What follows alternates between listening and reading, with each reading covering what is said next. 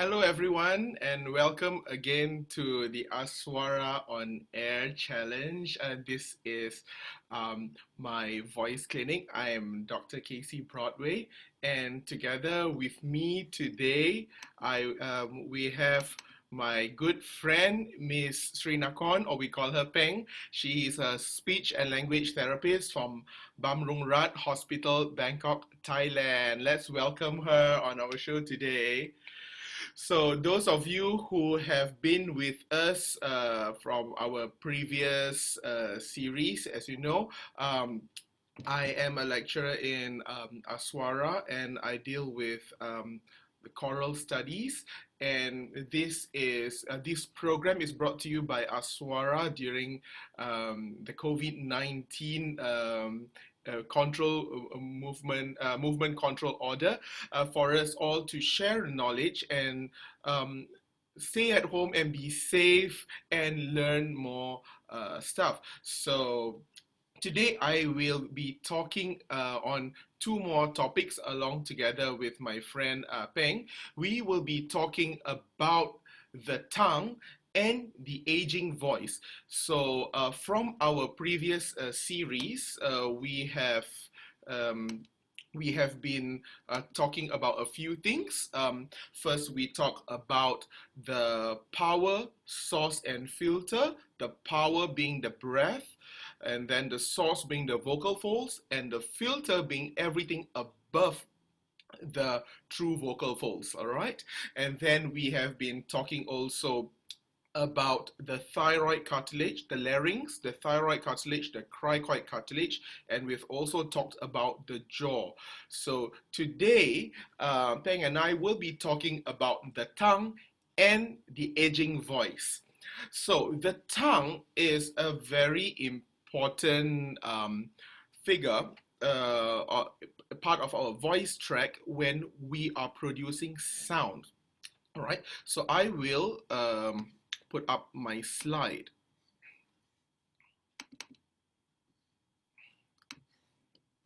Okay, and I hope the slide is clear enough for everyone.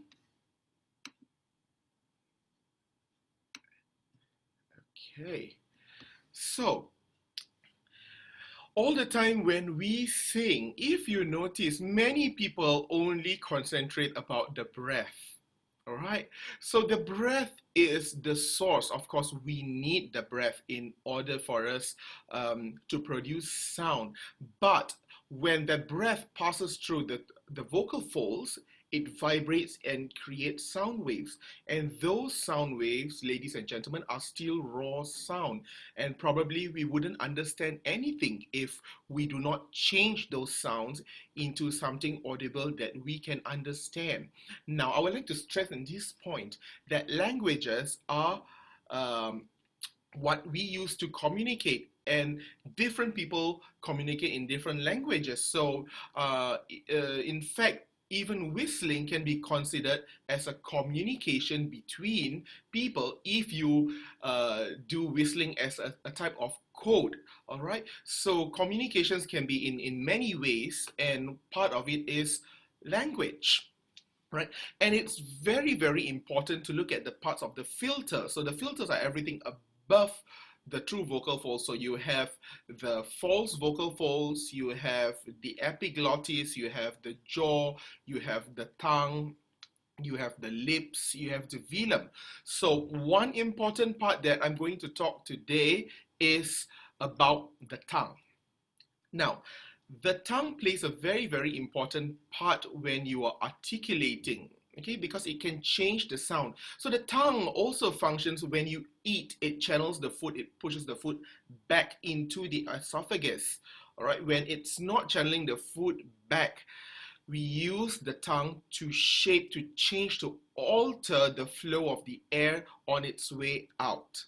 And that alteration of the air produces different sorts of sound that we can understand. Of course, it's not the tongue alone, and the tongue interacts with other parts of the vocal tract in order to produce different sounds. You might have heard some people say that I can't pronounce this word because I have a short tongue, or I can't pronounce this sound because my tongue just doesn't move. All right, so Part of it is correct. It's how we maneuver the tongue. So as you can see in this slide, what we what we see when we look in the mirror is just at the surface, the top, and the tongue is a very large organ. This way, you see, it's a very large muscle over here. Right, so I'm going to show you, before I go to the parts of the tongue, I'll show you a video of how the tongue looks like under an MRI. Okay, hang on, if I put this slideshow, maybe it'll work. Ah, yes. Okay, so is the view okay for everyone? Yeah, all right. So let's look at this. So this is under an MRI scan in which you can see this is the tongue, all right, and this is the nose over here. So let's have a look at this. Look at the movement of the tongue. All right, and pay attention to this part here. This is the velum, and we will talk about the velum in another series, but pay attention to what happens here, the back.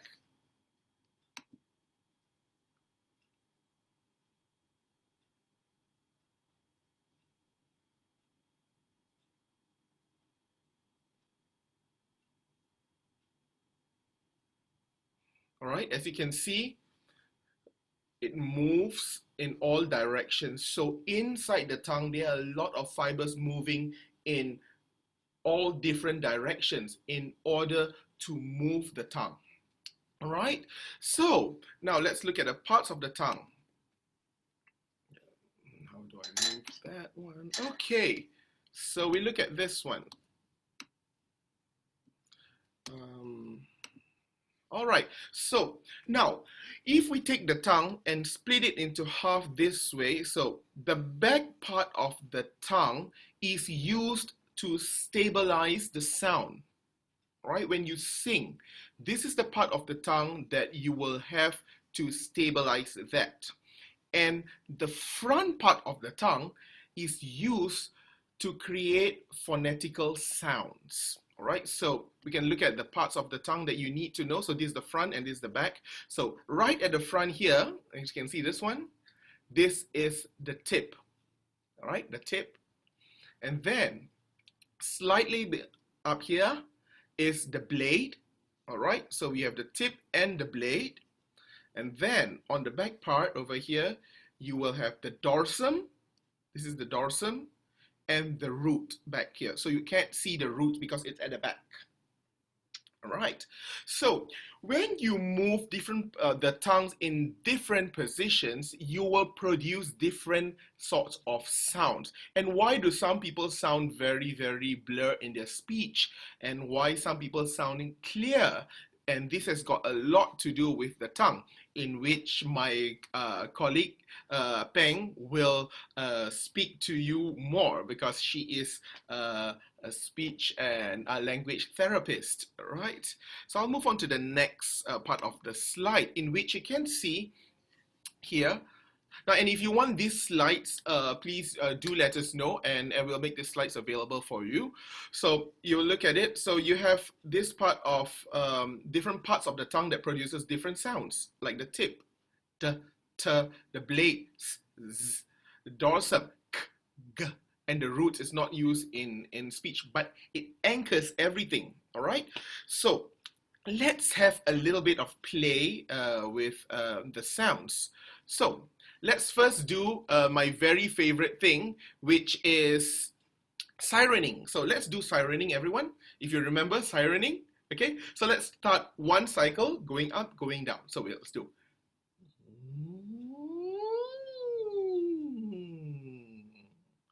All right, now let's do 2 cycles.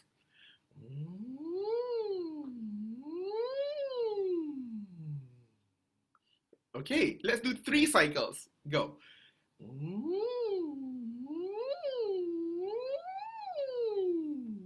Now let's do multiple cycles. Go.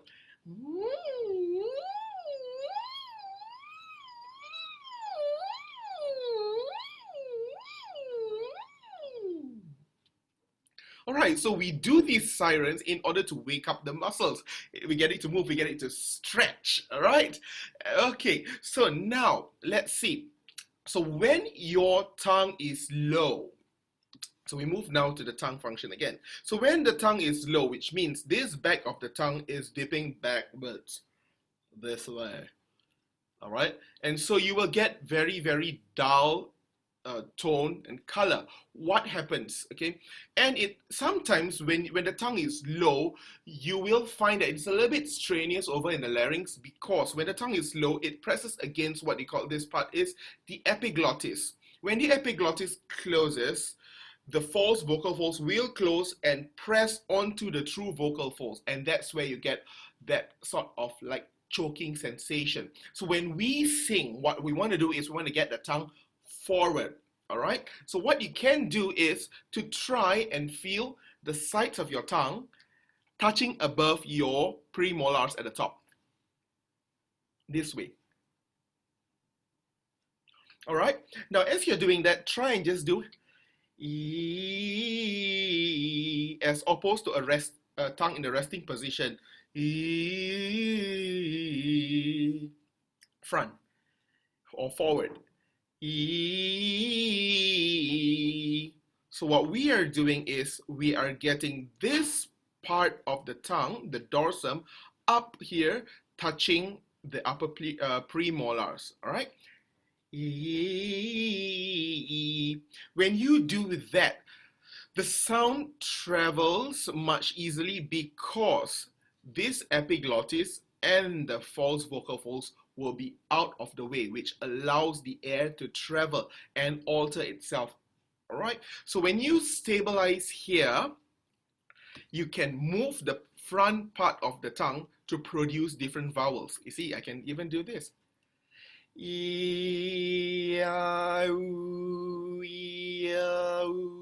Because we still have got our lips. Our lips will help us to shape the vowels, all right? So we remember, when we sing, we don't want it to pull our tongue back. We want to put it in front. We don't want to, because when you put it back, you get a very, very dull tone. But when you put it in front,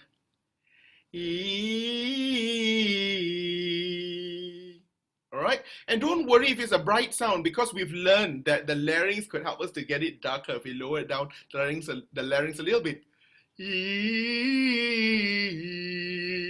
We still get that. All right, so and let's look further, and this is another video.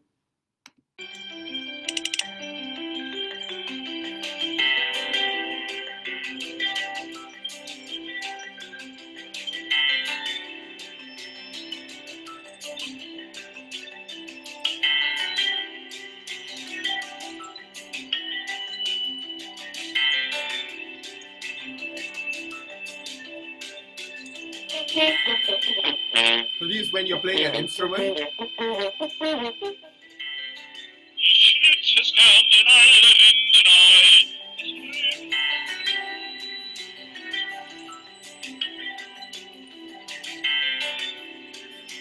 So this is important to observe different languages where the tongue positions are.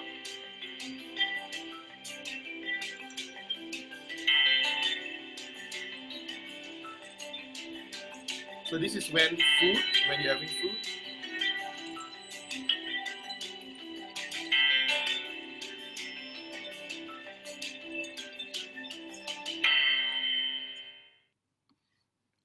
Okay. So with the tongue, we know that we can produce different acoustical sounds, and also languages play a very, very important influence on how you articulate your words when you're singing. All right, because some languages will require you to have very, very flat tongue, while other languages will require the tongue to be much more active. So it depends on which language that you're speaking as your mother tongue, but it doesn't mean that it cannot be changed at all, because everything, so the aim of this voice science is for you to have awareness to be able to control all the different parts of your vocal tract. All right, so that's about the tongue. And you have any questions about the tongue and its acoustical sound, um, let me know when it's time for the Q&A. So we will move to the next part of it, in which we will talk about the aging voice. And let's welcome my colleague Peng. Hello, Peng. Hi. Hi. Hi, Thank you everyone. for being with us again.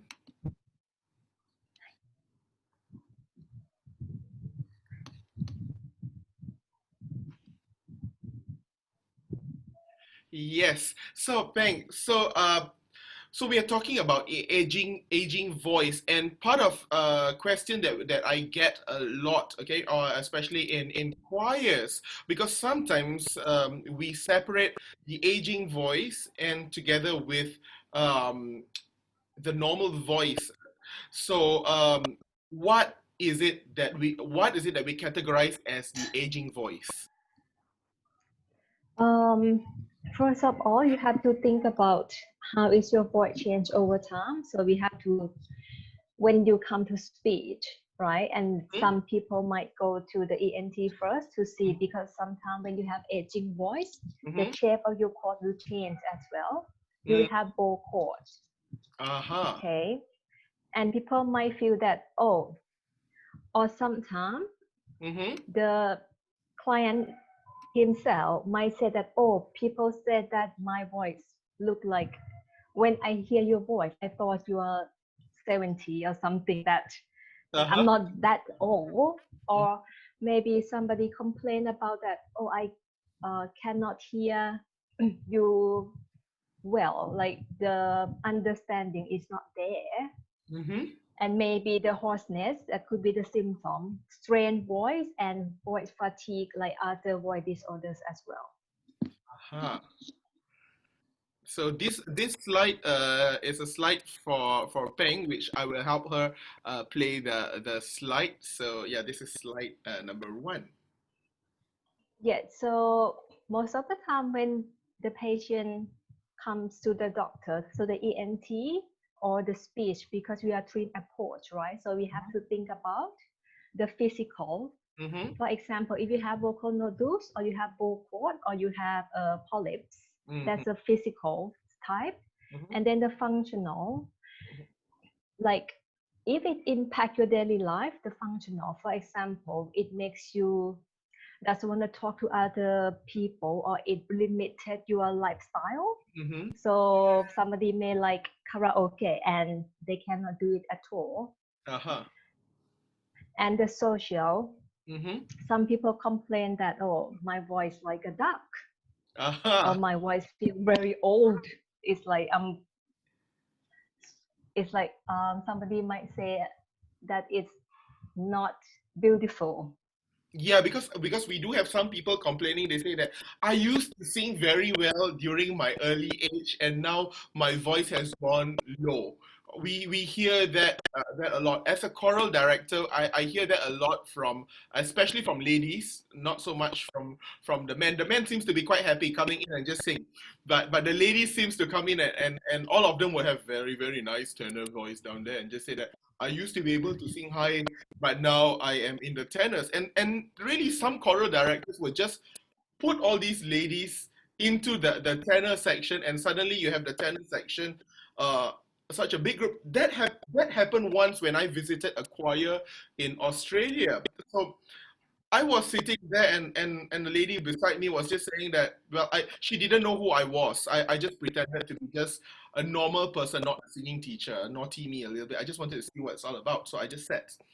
And this lady just went to me and she says that, oh, don't worry, my voice is loud, so you'll probably cover yours and just follow. I was like, why? And then I realized that 70% of the tenor sections in that choir was actually the female, older woman with lower voices. So some choral directors tend to do that, but for me, I don't.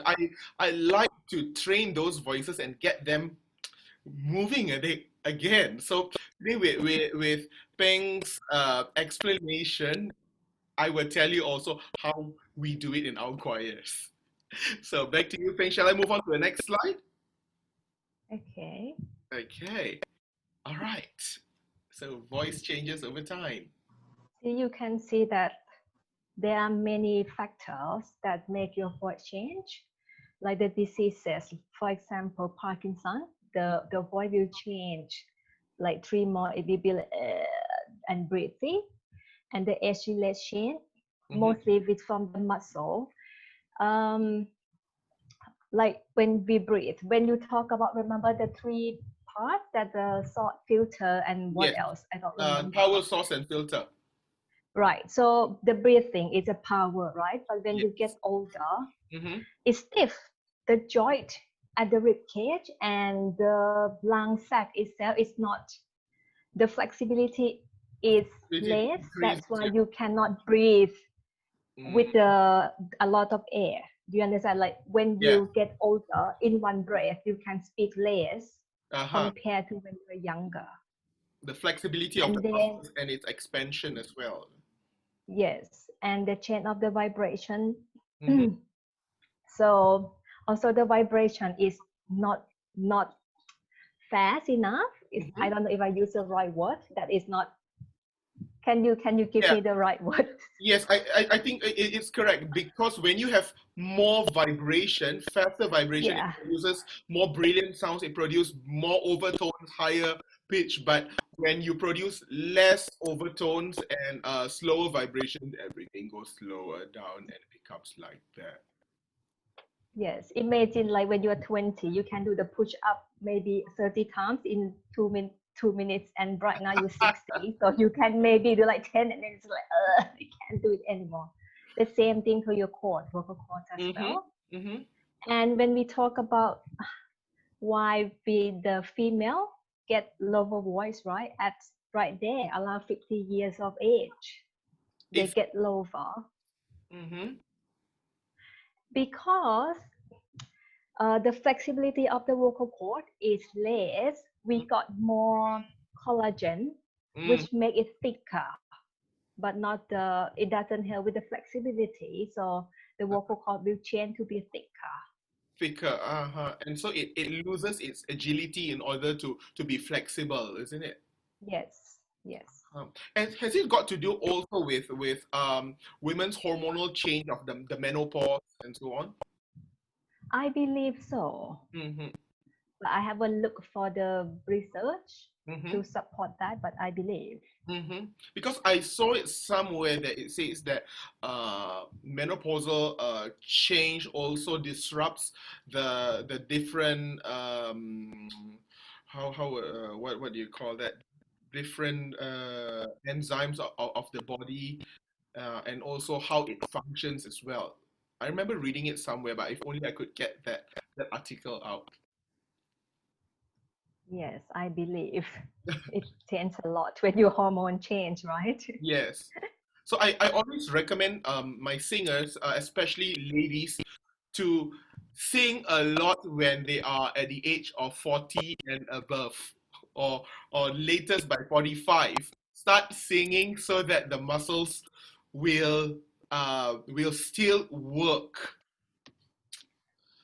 Okay, Okay. I have question as well. When you talk about the choir in Australia, Mhm, do you have idea for those lady who complain that their voice has been lower? mhm. How long have they been singing? Because I would like to know. Well, I don't really Do know you have because I just any went there for idea? about once or twice just to sit in to see how the choir works. But I guess they were what I know is that most probably they were not trained singers. But how long have they been singing? Well, I'm not sure because it's really a large choir and they have people from age of maybe 25 until 80 years old. There was even one one lady was, I think, celebrating her 88th birthday on a wheelchair on the at that rehearsal. So it's like a massive, huge choir. Wow, Yeah, yeah, that would be wow, interesting to okay. know how long have they been singing. Right, and I would like to see if like female starts to sing at a young age and continue to sing Hmm. for at what age will her voice change, or it will not change at all? That would be interesting, but it will be a long research to do, right? Yes, but since you mentioned it, well, just a few days I saw on Facebook a colleague of mine was posting a lady who's already in her 60s was singing Beethoven's Ninth Symphony, and she was singing all the high notes of the soprano, and it was still brilliant. And I saw a choir once in Indonesia. It's a senior choir, and all of them were grandmothers. It was really lovely meeting them. You just speak to them, and the entire choir will come to you, and they want to share their stories, and they will say that all of us are grandmothers here. So, Wow. and they joined these choirs, and they sounded amazing, and you couldn't tell that they are grandmothers because obviously they were very energetic. They dance and sing together, and what is cute is their conductor is also an old man, and also the pianist. So it was like a whole group of senior citizen pianist, senior citizen, everything, and they performed really well. They performed their high notes well, and I couldn't hear any off pitch, and the sound was brilliant. So I guess maybe in Indonesia and in the Philippines we have, I mean, we find that because people have singing culture in which they sing all the time, whereas perhaps I in especially in Malaysia, I would say singing isn't a culture because people could live without singing. People could still carry on daily lives without singing. So most people take up singing only when they have the luxury of time, when they retire or they have a stable job that allows them extra income to take up singing lessons or to join something. So yeah, that would be a very good research for to suggest for anyone who's doing their masters or doctoral degree. That would be a very, very good topic to look upon. Yeah, I agree. That would be interesting. Yeah. So, all right. So this is an aging voice. Mm-hmm. We can see that it's related to, I think you can read by yourself, but the change, right? We Yes. talk about the board where it cannot close completely. Mm. That's why you have the air coming out. So it's and it's hard to understand. Okay, and it's not just for singing or speaking as well, but if you think about when your cord cannot close completely and you get older, we have to think about the physical, the eating. You might choke, and that's very dangerous, right? When you drink water and your cord cannot close well, or if you have some food get into your cord and you have to cough to get it out, And it right? can't And if your function. cord is not strong enough, that's scary, Uh-huh. That can cause choking. right? And also, if you need help and you cannot really shout Oh, because your voice is so dry and low, and how can you ask for help? That we have to consider that as well. and we have a video to show you. So in case if you don't know what is happening, this is a video of a boat court. So you can have a look. So let me explain. So for those who are not familiar with the anatomy, I'll explain now because you will go like, what in the world is this alien video about? Okay, I assure you it's not obscene. It's suitable for all ages. Okay, so now let's see. And it's not alien. So when you put in the camera right from here, from the nose all the way inside, and so this is the front where my cursor is, if you can see. So this is the back of the tongue. So you know now the back of the tongue is the root. So the root is fixed to this one, which is called the epiglottis. All right. So for those of our Thai viewers, so I think this is Fa Pi Kong Siang. Is it right? Because I remember mentioning this a lot in my class. So So this is the epiglottis. And then when you eat, this epiglottis will close here and the food will go into the back, the esophagus. So this is the arytenoids. This is the false vocal folds, and this is the true vocal folds. All right, so this is the front, this is the back of your throat. All right, so you can see that part of the vocal folds is not closing, so it doesn't meet in the middle. It doesn't produce a full cycle of sound wave. It has breath and some partial sound waves. Okay, so we'll play the video again for you to have a look. Breathe, take your tongue out a little bit further and in. All right, I'll play it again. Low and pitch. And breathe, take your tongue out a little bit further and in. And can you hear? He says that, can you stick your tongue a little bit further? So what he was trying to get is that he wants this patient to put the tongue in front so that this epiglottis will open. I'll show you again. When the tongue is low, this epiglottis will close. So look. Low and pitch. Now the tongue is low, look. And breathe, take your tongue out a little bit further and in. And there. See, when the tongue is out, everything moves and becomes clear. So that is also why we need you to be aware of the tongue position. If you are speaking all the way this way, trying to be like the British, and then you will have problem over there.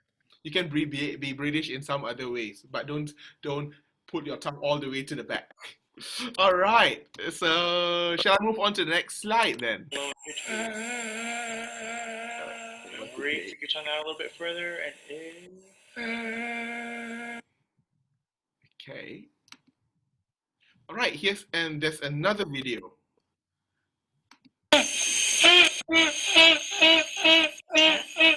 Just hold another one as long as you can. You can see there's some space. Down a little bit.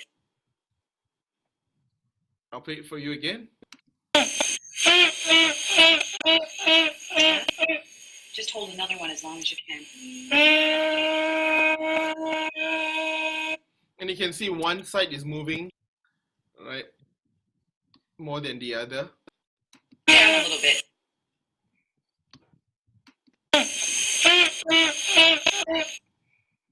Right. And so So now this is all symptoms. Yes, you can see that the hoarseness, vocal fatigue, when you use it for a long time, you get tired, the breathing, the pitch, like you cannot go up high or go low, or you cannot go to the octave, strange voice, like you talk with effort to speak, pitch break, tremor and pain. When you talk a lot, you get pain. So those are the symptoms. Okay. Then. And the how is the edging sound, the softness. So it's hard for them to get very loud. Overtones, yeah. So the overtones is also less. Yes.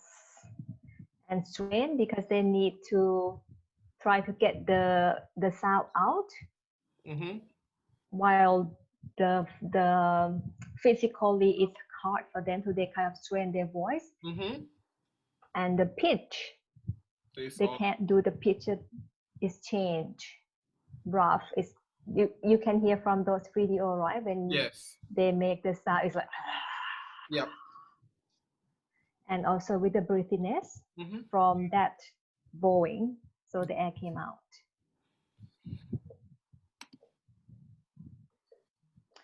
So we talk about exercise, right? And why do people experience a vocal aging? So we lost muscle when we get older, not just for the cord, but all over the body, right? When you don't use it, you lose it.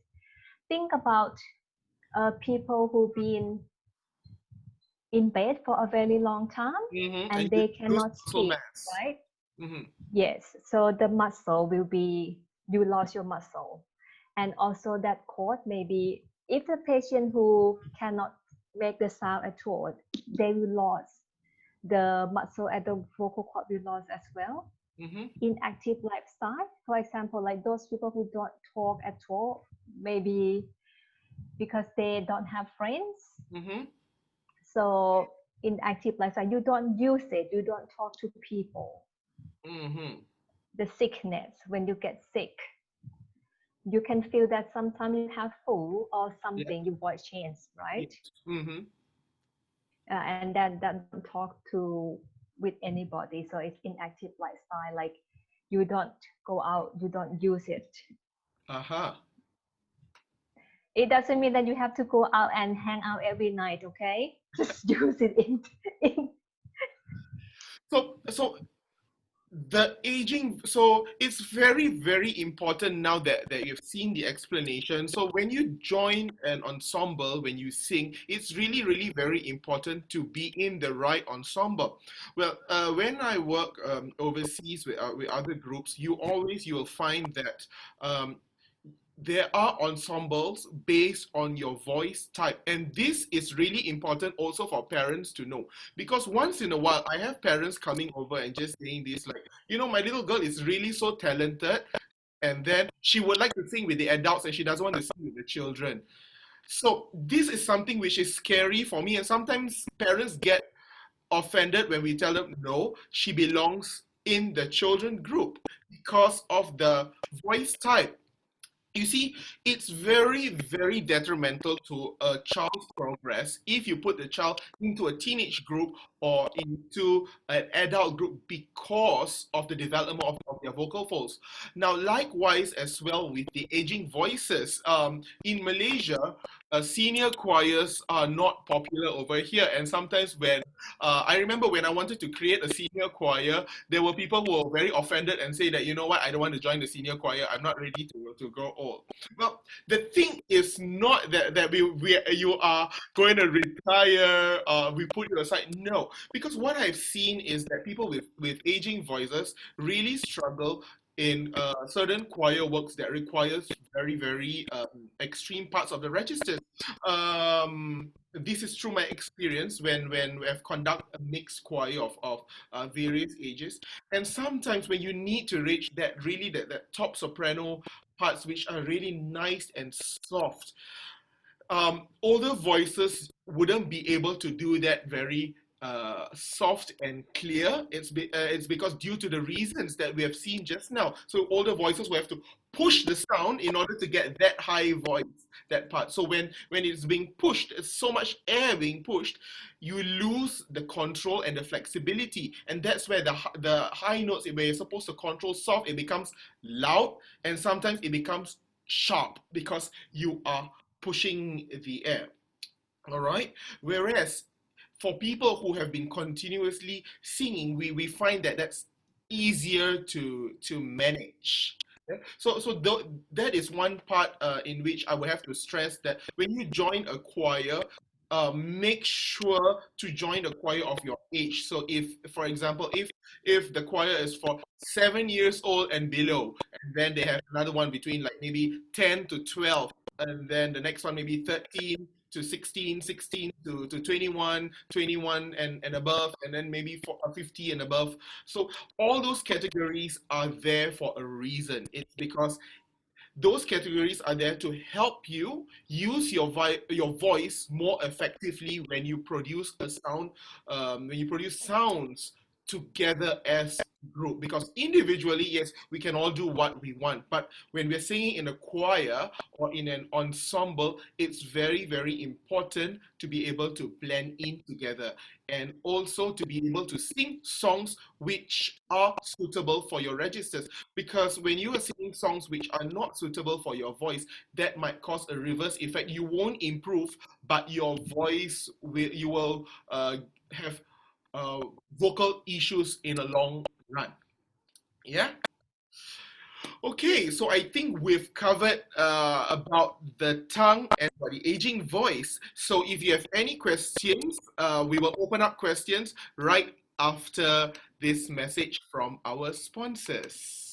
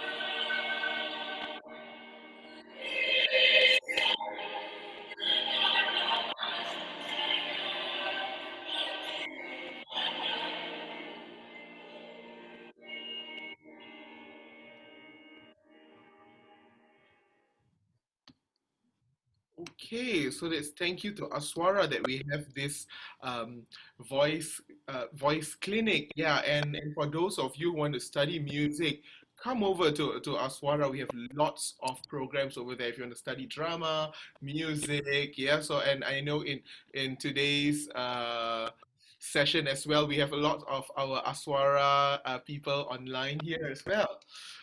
All right, so now we open up for questions. So if you have any questions for Peng or myself, so now is the time for you. Before the question, can Mhm. I remember last week with Dr. Ashwani Yes. and somebody asked about the lisping? Remember that? Yes.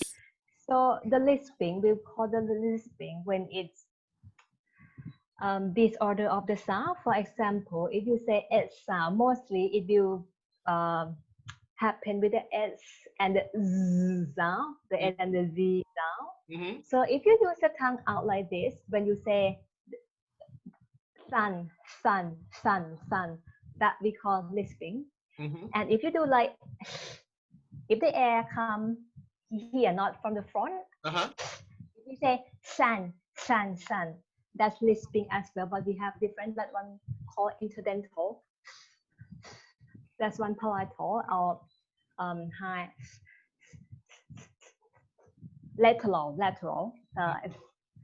So if somebody said in Arabic, right, in Arabic language, but you have that in your language, I don't think it's called lisping because it's not articulation disorders. Yeah, it's pronounced along the language. Yes, because that's my opinion as a speech. Yes. Sorry. No worries. Thank you for that. So we have question from Hazrik. Yes, Hazrik, how are you today? Hi, Dr. Kasi, Tang, and friends. Okay. I'm fine. Okay, I have a question. This one is regarding atrophy of the muscle of the tongue. So I wonder, is it when we are getting, when we are aging, is it, are we going to develop atrophy? Because from what I know, atrophy of muscle because we don't use it. And if we don't, if we don't use it, the prevention is to use it. So how can we prevent the atrophy of the muscle of the tongue? Remember, it's not the tongue muscle itself, right? When we get the aging voice, it's more about all of the, start with the breathing, right? And then the chords. I think more importantly is the breathing and the chord. And how can we prevent it? We have to use it. For example, if everybody do exercise, just like aerobic exercise, okay, running, jogging, or brisk walk, that to help you with the breathing, and like do yoga to help you with the breathing as well. And you can do, I think many of you are singers, so you sing a lot and you have that, not just siren, we call the vocal function exercise, that you go like me, that kind to make it up and down, go up high, go low. So you're using it.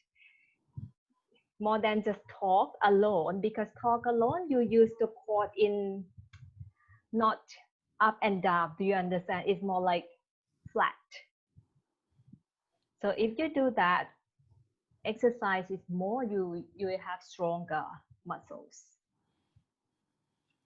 And also drink lots of water. That's very important, because when many older people, they don't drink lots of water as well. That's very important. Yes. Does that answer your question, Hazrik? Yeah, but I just wonder, is the atrophy of the muscle is avoidable or it is unavoidable? It's avoidable by do the exercise. And Okay, thank you, Miss. okay. And talk, we have, if you have quite severe one, we have the method called LSVT, that you have to talk loud but not strain. Okay, that's very important as well. But we did not talk about it now. It's because somebody has it right now. Just keep singing. All right. So do we have any other questions?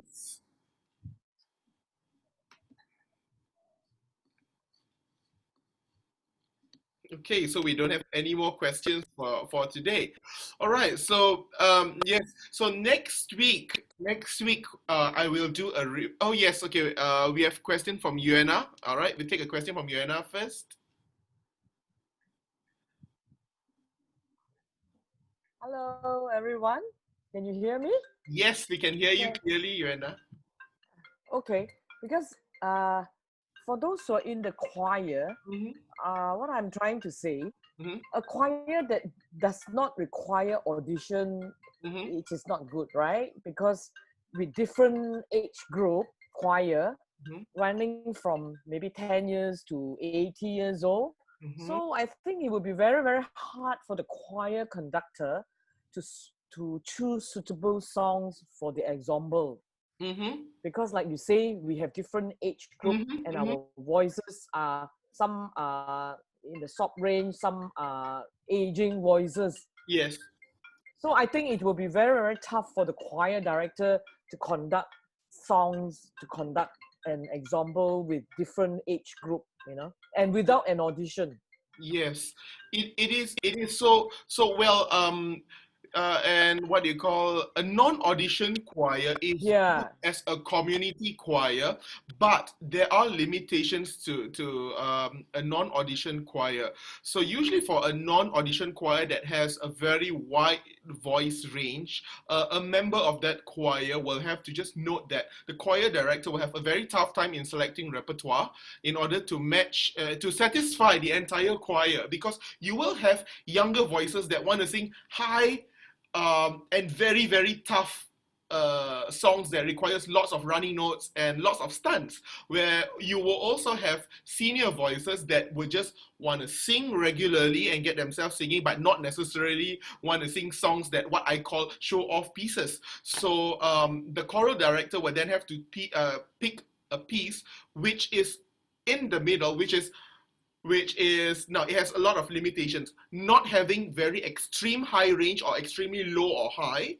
The song that is not very, very long, maybe perhaps about like 3.5 minute to 4 minute song will do, and also a song that doesn't require a lot of technicalities of maybe leaping notes that suddenly go from low to high and very large dynamics, and also songs which are much more in chordal progression rather than having very complex rhythms and so on, because if in terms of voice quality wise, rhythms is not much of a problem, but in terms of voice blending, that can be an issue if you have songs which needs lots of tone color. So that's where if we have a mixed choir of a non-audition choir, perhaps songs which are familiar to people and does not require the extreme range of dynamics and technicalities will be good. For example,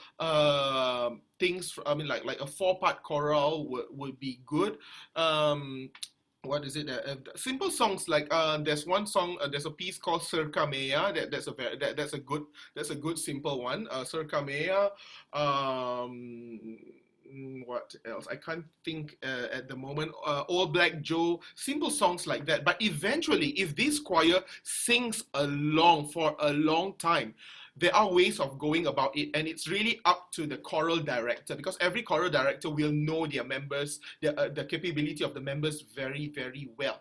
If this group has been with the conductor for the entire year, then they can do something more advanced, because if you're having a difficult part, then if those voices that can't reach that can just take a break at that part and then come in again at another part. So it all depends on how you work with your choir, because different choirs have different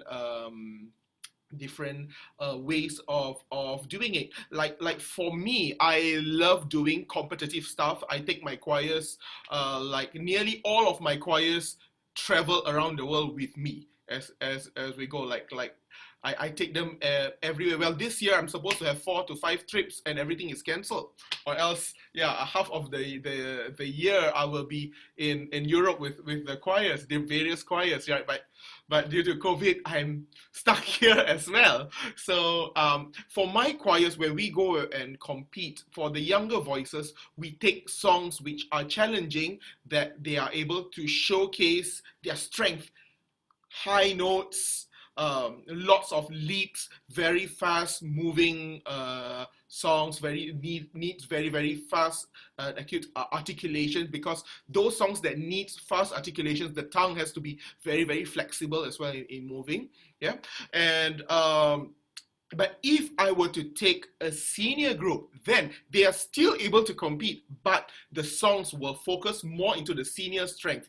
So for example, we work on tone colors, nice melodic songs, more evergreens. Yeah. So and this is and good that you asked, because this is something in which I want to launch it in 2 months' time, which is the senior choir, because I want to work effectively with senior voices, to showcase senior voices in a way that I could take these senior voices and go and travel everywhere and perform. Because my philosophy is that everyone deserves to sing, because everyone has a beautiful voice, and it's how you train that voice and getting people to be up there. So those with senior voices, we can do something, and it just takes a little bit of time to sync the entire choir to be able to get the same intonation, the same flexibility. Yeah. Okay. So is there any more questions? Thanks, Yuana. All right. So next week, in next week's series, I will be revising some of those vocal tracks, because that we have already gone through a few, and you will need some revision. So I will go through all the different vocal tracks that we have covered. We have not covered all 15, but I will cover all the different vocal tracks that we have done since the first series. And it's important for you to join that one, because you get to refresh your memory. And those who have just joined us, you get to and see what we have done in the past. All right. And also very soon I will be launching also due to request the online singing club and a masterclass series. All these are different. Let me put up the information before I give it out to you. But roughly what is going to happen is, the online singing club is that we're going to come up online, and we're going to have like topics of what we're going to sing, and then we pick and who to sing. It's a very, very casual thing, something that because we can't go out there and sing at the moment. So but what we can do is we can entertain ourselves at home, like that. So we have the online singing club. There'll be more towards the activity. I'll give you the information. And we also have a masterclass series coming up, in which you will prepare, and we will prepare in advance songs that will be presented. All right. And then you will present the song, and we will give you a masterclass online in order to help you polish up that certain songs. So we will give you this information soon when everything is up and ready, and also for the senior choir. So that's all for this week, and I hope to see you guys again next week. Same day, same time on Wednesdays at 6 o'clock. And if you want to be in touch with us, feel free to just email us. You can email me at drkcbroadway@gmail.com. And Peng, if there are people who will need some voice remediation or some therapy, how can they be in touch with you?